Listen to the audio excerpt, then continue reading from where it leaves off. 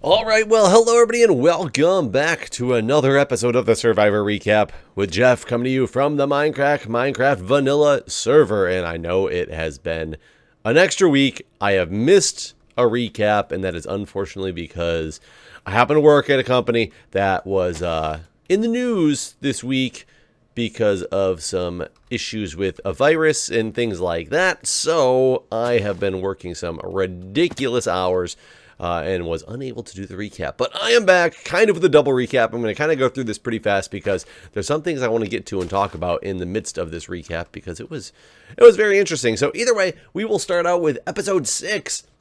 Basically, Peter is around the camp talking about wanting to change everything up. He wants to make it so that he joins in with Scott and Julia and Ty instead of going with his original team. And I find that kind of interesting because he's kind of sitting in a good spot. Sort of, like he's in a spot where he's got the numbers right now, but he is knowing he's on the bottom of those numbers. So he kind of wants to make a big move and make sure that he's going to be able to stay in this game. So, you know, I can kind of get behind the man for that. He wants to make some changes. He knows he's on the bottom. So he starts working his magic. So anyway, that's what's happening on the blue tribe. That's what's happening in the blue tribe. Blue, red, whatever. The non-yellow tribe. That's what's happening over there. So over on the yellow tribe, this cracks me up because Debbie is sitting there putting the moves basically on Nick the entire time, and she is just, again, talking off her rocker about how she basically does everything in the world. And then I don't know if this is the first time that it did it or not, but Debbie makes a comment about how Nick is this Greek god who should be a model, and she should know that he should be a model because she's done modeling off and on for years. And of course, you know, it's just something else that she does. But why she was a model is a little bit beyond me. I don't want to look at that. But anyways, and then it switches over and it shows her talking about this. Not only, so below her name, it usually states what the person's profession is or what tribe they're on. It started adding random things that she was saying. So now it says, you know, Debbie, part-time model. And I thought that was kind of funny because it's almost like she's got to the point where she's even kind of making the producers feel like she's just over the top. And God, I didn't sleep in time, and there's now lots of enemies. And she is just, she's crazy. She's absolutely crazy. So I'm really curious to see what's going to happen with Debbie. But she's falling for Nick, and Nick is just like eating it up. He's like, I know. He's like, I'm just going to let Debbie be Debbie. I'm going to get close to Debbie. By doing that, I'm going to let her just talk about who thinks she thinks is the most important, which is herself, and move on with life. So he's eating it up. He's a smart man. He is he's going to get her on his side, and then he will always have an ally because Debbie wants him bad. But anyways, I'm going around.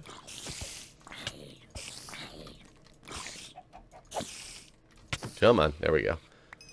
So anyways, that's going on over at the challenge, or at the beaches. And then we get to the reward challenge. Now, the reward challenge is for, so what the challenge is, they have to go out into the water, excuse me, and go get a bunch of, I thought you had a friend around here. I was going to greet you. And go basically underwater, get a bunch of balls, get them to the surface, then bring them into the shoreline. When they get them into the shoreline, they have to run them all up to a mat, and then what they get to do at that point, where are you, chicken? What they get to do at that point is start shooting baskets. They have to shoot 10 of these buoys into a basketball, basically, hoop setup to win. Now, the one team has a professional basketball player that is on their side. So it's kind of interesting that they would do a challenge like this because it almost seems unfair that they have this, that they have a professional basketball player in a basketball shooting challenge. It's not like, I don't know, they've had football players and things like that on the show before, and they've never had a challenge that was football based. that a football player would have a significant advantage in over somebody else. Yet this one, they decide that they're going to do something that clearly gives one team the advantage. Now, amazingly, the yellow team does extremely well during this challenge, and Nick's doing the shooting for them, and Nick sinks baskets. He's actually ahead of Scott, because Scott's a professional basketball player when they get to this point. He's actually ahead of Scott for most of this challenge, which is amazing, and I was kind of pulling for him, even though I don't like that team that much. I also don't like Scott, but I really wanted to see Ty, his team, actually get a challenge, because I like Ty, and it worked out that way. Ty's team does end up winning in the end, but I gotta give some credit to Nick for keeping up with a professional basketball player like that, because that was quite impressive that he was able to do that. So good job, Nick. I didn't think that he really did much in this game. I thought he was just kind of an arrogant dude at the very beginning, but the more and more we see of Nick, he's kind of he's a smart person. I think he's going to do pretty well in this game because he's got the right people on his side. He's pretty good at manipulation,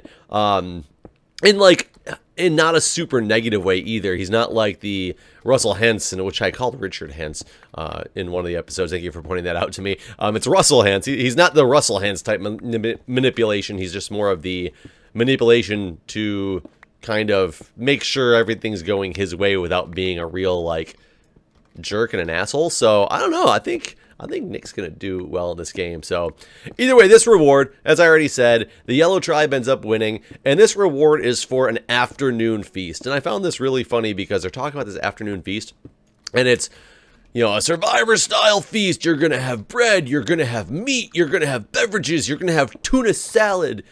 And I was like, tuna salad? It's like the most random thing. Like, I'm thinking steaks. But no, they get tuna salad, and I was making fun of that while watching the challenge. And then it's funny when they go back and show the tribe when they're like eating it, and people actually are loving the tuna salad. So I found that kind of funny. Like, one of the things, I think Joe was the one who was like, man, this is some of the best tuna salad I've ever had. And I'm like, okay, the tuna salad, I guess, was a good thing. Maybe people really do enjoy the tuna salad. So more power to them, I guess.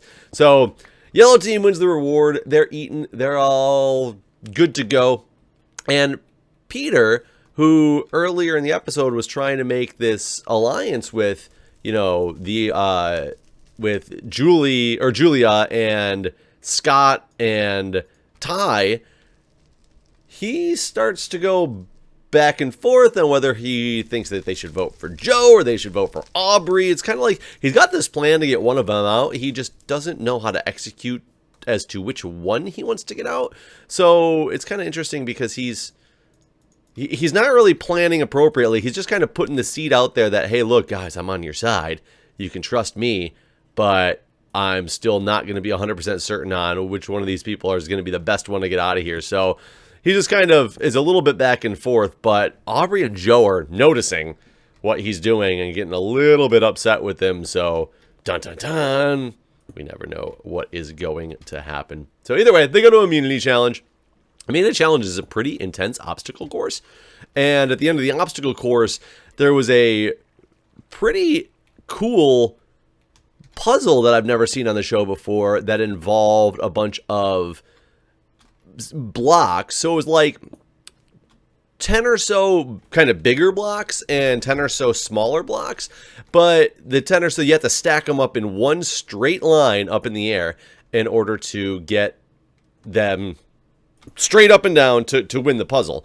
And there was, both teams were going at two different strategies with it at first, and the yellow team was actually, they built up the base and then they were trying to build up the middle. So basically they built up all the big blocks for the base, and then they started stacking the little blocks on top, and we're trying to like lift from the, so let's say, let me see if I had, if these are my big blocks on the bottom, and then on top of this there had to be like these little blocks, though they're different size, like this, instead of trying to get all the way up, they basically stopped here and started stacking these blocks, and then would try to lift this stack straight up in the air to put another block underneath. And it actually looked like it was a viable strategy, but unfortunately when they got to their very last block, they lifted the stack and he lifted it sideways. I mean, it was a tall stack. It was probably like 10 or 12 feet high. So he tried to lift it and the whole thing tipped over, and they had to kind of start not completely over, but relatively close to completely over, and that put them a little bit behind. Whereas the blue team strategy instead was to just get on somebody else's shoulders and start going just from the top. So Debbie went and got up on I don't remember whose shoulders. Scott's shoulders? Or not Scott, because that's the other team. I don't remember whose shoulders she ended up getting on top of. Nick's shoulders, I think. And they were stacking that way, which seemed to work a little bit better for them because they were making a lot faster progress, and they didn't have the problem where they ended up losing the stack like they had before. Ooh, I think this well looks pretty good. To do some cleanup to it. So when all is said and done, Ty's team loses, which makes me sad. And they are going to, yet again, get sent off to Tribal Council. So Ty just is... Ty's team is just not looking good on what's going to happen. But either way, they go back to the beach, and Peter... It was just so weird that Peter wasn't sure exactly what to do. I think actually before the challenge, it was before they went to the challenge, but Joe's like, look, I'm going to get to the bottom of this and find out what's going on with Peter, because him and Aubrey kept looking and saying, like, you know, seeing what was going wrong and seeing that he was going to the other team constantly. So Joe says he's former FBI. He does this stuff he did this stuff for a living. He's going to make sure he gets to the bottom of this thing and, you know, go find out. And he's going to use FBI tactics to go get out of Peter what's going on. His FBI tactics are literally to go up to Peter and just over and over again say, hey, are you voting me out? Are you voting me out? Were you thinking about voting me out? Just a yes or no answer. Just give me a yes or no answer. And he says if people start dancing around the subject, that means they're lying. Now, I'm not 100% certain that I believe in that tactic. I understand the concepts of it, but I kind of think it's a little bit like waterboarding, whereas you're going to get an answer that may or may not be a believable and useful answer out of a tactic like that, but that's the tactic that he wanted to go with, so that is the tactic that he went with, and he makes the determination that Peter is lying. So then then Aubrey and Joe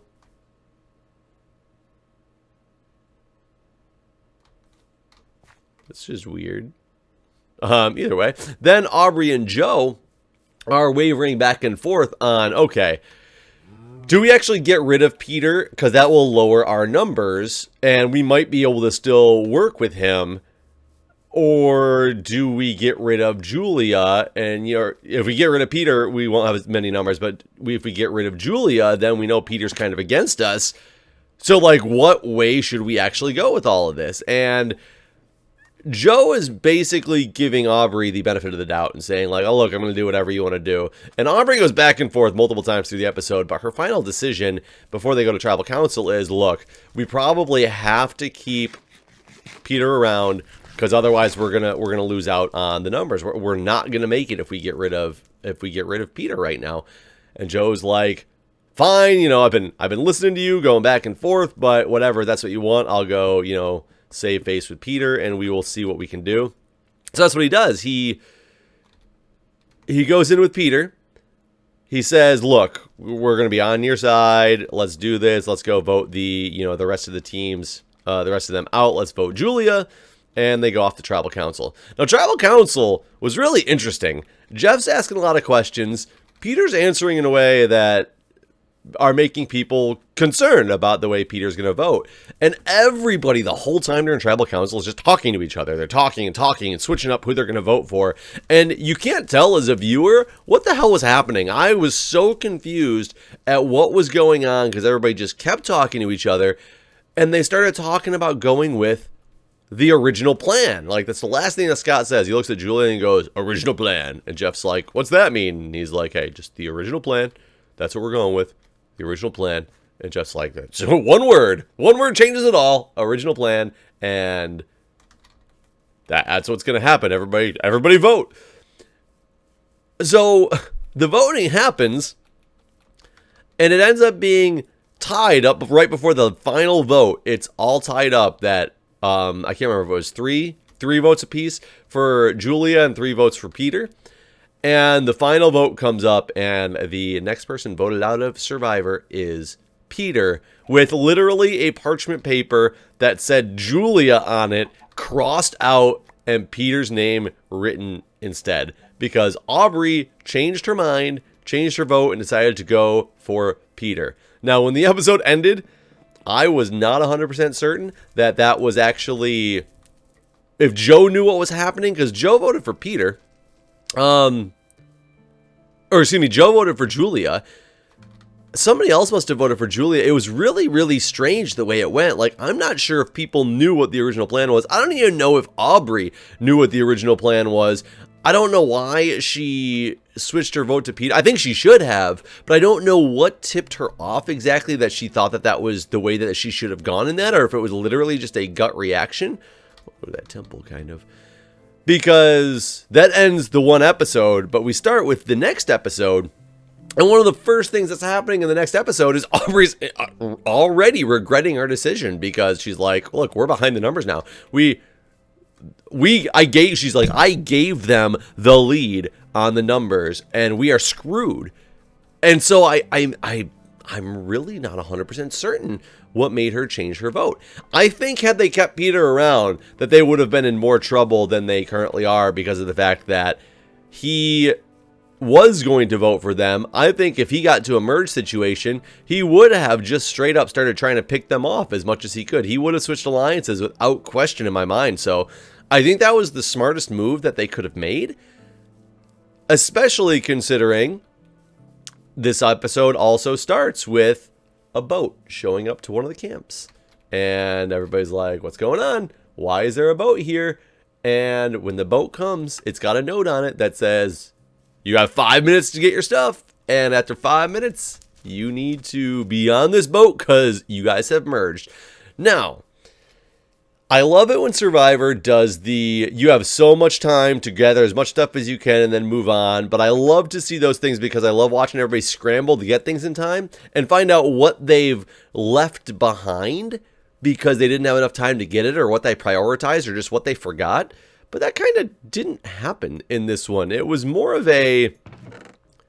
everybody scrambled and grabbed a bunch of things, but you don't really see that anything was missing. It kind of became a non-issue. They just all of a sudden were now rolling into the other camp, which the other camp had no idea that they were coming, and they just show up to the other camp and everybody's like, look, it's a merge. So not only do you not really know what was missed from the one tribe, what they didn't grab that they should have, but the one team didn't even have to try to get anything. They didn't have a 5-minute timer. They literally just got to sit there all happy while the other team had to scramble and do that. So I wonder what makes the determination of which team's going to be the one that's merging and which one has more time, or if they really didn't have a time limit, they just told them that and then had them get everything that they could, because it would have been kind of unfair for them to show up to the other camp and having left some of their stuff behind, but the other camp didn't even have to do anything. Granted, they're all one tribe now. I don't know. It was kind of weird in that respect, but either way, of course, as always with the tribe, there's a tribe feast. And everybody's getting like drunk on wine and stuff. And Debbie comes out and tells Nick how she just wants to cuddle with him. She's a happily married woman, but I'm going to make a confession. I just want to cuddle with you, because Debbie is a crazy woman. She truly is a crazy woman. I'm really curious to see what is going to happen with her in this game, because I cannot imagine people voting for her at the end if she makes it to the end. I just can't imagine it. I don't think anybody likes Debbie except for Joe. Joe's the only person I think who likes Debbie, and I think that's because he literally is an older guy who seems to only be able to connect with older people, whereas some of the young people can connect with both the young and the old, but Joe just seems to be like kind of out there. But either way. So Neil is walking around and they notice that he has a bulge in his pocket. So Sydney and Jason both see a bulge in his pocket, and they kind of jump to the conclusion, and rightfully so, that it's the idol. And Neil has found an idol. We know this. I'm really surprised that he's just carrying it around with him the whole time and didn't like hide it somewhere. because it was quite obvious that he had something in his pocket, and he was trying to hide it. People have used the tactic in the past of trying to make it look like they have an idol. Like Rupert's definitely done this. It was the hide the fake idol, essentially. It's a rock in his pocket so that people think he has the idol, which might buy him another day in the game because they won't have the ability to vote for him and split the votes. And I think it worked successfully, if I recall, in the season that Rupert did it. And he was legitimately trying to, like, make sure people didn't know that he has an idol, which I find kind of funny then, because if that's been a tactic that's used in the past for people to fake having an idol, why would you keep the real one there if you don't want people to think that you have an idol? Like, that was just a dumb move on Neil's part. So now people are like, okay, Neil's got the idol. What should we do? But Neil ends up eventually telling Aubrey about his idol when things are getting crazy. Aubrey's still kind of going nuts and doesn't know exactly how things are going to play out. Neil tells Aubrey about his idol, so they're like, okay, we might be able to use this to our advantage. And Neil's even actually saying he's willing to use the idol for himself or Aubrey, whatever's going to get him farther in the game, and that they're going to be able to change it. So they got some plans going on for what to do with it. Except for the problem is, at the same time, you know, Scott is back with his old teammates. He's back with Jason. And Nick comes up to them and kind of trying to get them onto his side and into, or I don't know if he was trying to get into their alliance or what, but Nick's kind of playing all sides of the game here. So Scott ends up telling both Jason and Nick, though, that Ty has an idol. And that Neil has an idol. Because, so, all in one fell swoop, Nick is all of a sudden brought into the main fold of knowing everything that's happening at camp. And that's if he trusts everything, but it seems that he believes it all, which it's all accurate. But Nick all of a sudden just goes up to the right person, and everybody just tells him everything. So now people know about all these idols that are out there, and what they're going to do with it's going to be weird. But I can't figure out, I think Jason was saying it that Neil had the idol because, like, he's somebody we got to watch out for. We got to get him out strategically because he has an idol. Whereas I think Scott was talking about Ty having the idol from the perspective of, hey, look, we got another idol on our side, because I think Scott is still really tight with Ty. So they talked about two different people having an idol for two different reasons. But I don't know. It's just going to be really interesting to see where the game goes from there. But either way, they go to their first individual immunity challenge, which happens to be the one we've seen before, but it's a good one. It's where you stand on a balance beam and you're holding like a big wooden plate essentially in front of you, and you put a ball on it and you balance the ball, and after a certain time frame you add another ball to it and you balance two, and then eventually 3 balls. And when you're up to 3 balls, the challenge just never ends, because you stop at the time frames and put the other ball on. Challenge never ends when you're up to 3 balls and just goes until everybody drops out. And I always like to see this. You'd think this challenge is somebody like Ty, as a man with the balance, who's going to, do really good at this one. Ty does do very well at this one, but he doesn't end up winning. And what ends up happening is at the end, Nick wins, which I was shocked at because I didn't think he really had that much, coordination and balance. But I guess he does. He's truly a competitor in this game. So Nick ends up winning. So Nick is the first person with individual immunity. But at the beginning of this challenge, before they started, everybody was showing off their, crazy infections and bruises and scrapes and stuff. And it was because Jeff actually... So I want to know what's going on behind the scenes with the medical team. Because Jeff straight up says, hey guys, I was talking to medical, and they said that there's a lot of problems going on this tribe. So basically, show me what you guys got going on. So everybody started showing him all these different infections, including Neil, who has Mount St. Neil on his knee. He's got a really nasty looking, pus spot, basically, on the top of his knee. But either way, they play the challenge. They go back to camp after all this, and while they're sitting there, a boat shows up. And everybody's like, okay, a boat showing up. This is weird. It's got a doctor on it. So everybody kind of knew something was not right when they showed up with a doctor. They're like, and I've never seen this before. A non-called medical team, like every time I've seen medical get called, somebody calls for medical, whether it's the person injured or somebody else calling for medical. This was literally like they showed up on their own, and he said he needed to check out all these things because they were really concerned with the way that these things looked on everybody, that there was going to be a real risk for major infection. And I just find it kind of weird, because they've never done something like that before. So what made them start on this particular challenge now? Is it because there's been so many problems going on with that one challenge where there's 3 people that went to medical and not Colby. Oh my God, his name starts with a C. The guy who got basically airlifted out of there. Are they like really under a lot of scrutiny from maybe the producers, or maybe even from someplace like OSHA? Like, does OSHA regulate this stuff at all?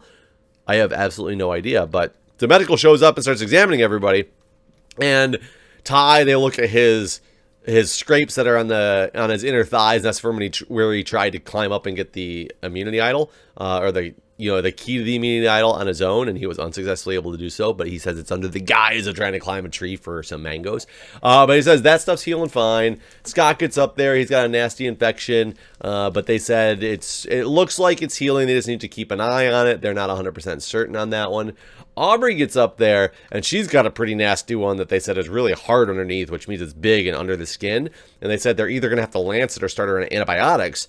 So he says he's going to just start her on antibiotics, which means they're giving her medications while staying in this game. And I